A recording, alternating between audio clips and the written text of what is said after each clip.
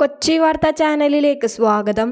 ഓരോ വർഷം കഴിയുംതോറും ഡിവോഴ്സുകളുടെ എണ്ണം കൂടിക്കൊണ്ടിരിക്കുകയാണ്. വിവാഹം കഴിഞ്ഞ് ഒരാഴ്ചയ്ക്കുള്ളിൽ തന്നെ വേർപിരിയുന്ന അവസ്ഥയും ഇപ്പോൾ സർവ്വസാധാരണമാണ്. കഴിഞ്ഞ 10 വർഷങ്ങളിൽ ഡിവോഴ്സ് ആയവരുടെ കണക്കെടുത്താൽ 2014 മുതൽ 2024 വരെ ഗ്രാഫ് ഉയർന്നുകൊണ്ടിരിക്കുകയാണ്. ഇപ്പോഴിതാ ഡിവോഴ്സുകൾ കൂടുതൽ നടക്കുന്നത് ഹിന്ദു കുടുംബങ്ങളിലാണെന്നാണ് പ്രശസ്ത ആസ്ട്രോളജർ ഹരി പത്തനാപുരം പറയുന്നത്.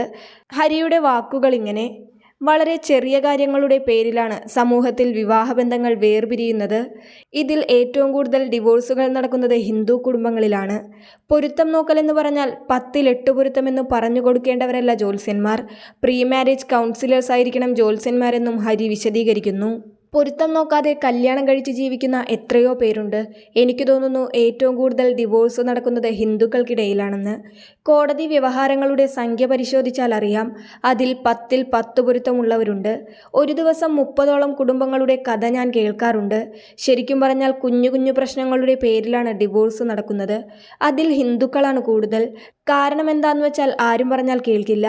ഒരു ഇസ്ലാം മതവിശ്വാസിയിൽ ഡിവോഴ്സ് നടക്കണമെങ്കിൽ അവരുടെ പള്ളി ഇടപെടും, പള്ളി കമ്മിറ്റി ഇടപെടും, ഉസ്താദുമാർ ഇടപെടും, അവരത് കേൾക്കും.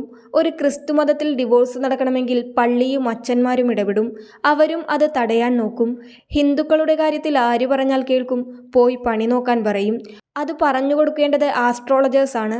പൊരുത്തം നോക്കലെന്ന് പറഞ്ഞാൽ 10-ൽ 8 പൊരുത്തമെന്ന് പറഞ്ഞു കൊടുക്കേണ്ടവരല്ല ജ്യോത്സ്യന്മാർ.